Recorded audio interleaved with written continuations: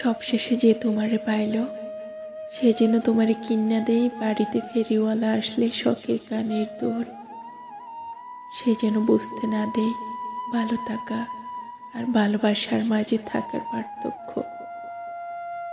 সে যেন ফুল ভালোবাসে, সে যেন তোমারে সামলায় ঠান্ডা মেজাজে, যেমন তুমুল বাতাসে কিশোর সামলায় আসমানে থাকা পাগলা গভীর নাঠায়, অথবা কৃষক ধান কাটার সময় যেমন সামলায় শাহাদাত আঙ্গুল। সে যেন হয় বই, বাংলা বই, লাল মলাট, তুমি যেন তারে পড়তে পারো সহজে, মুখস্থ কইরা নিবার পারো দ্রুত।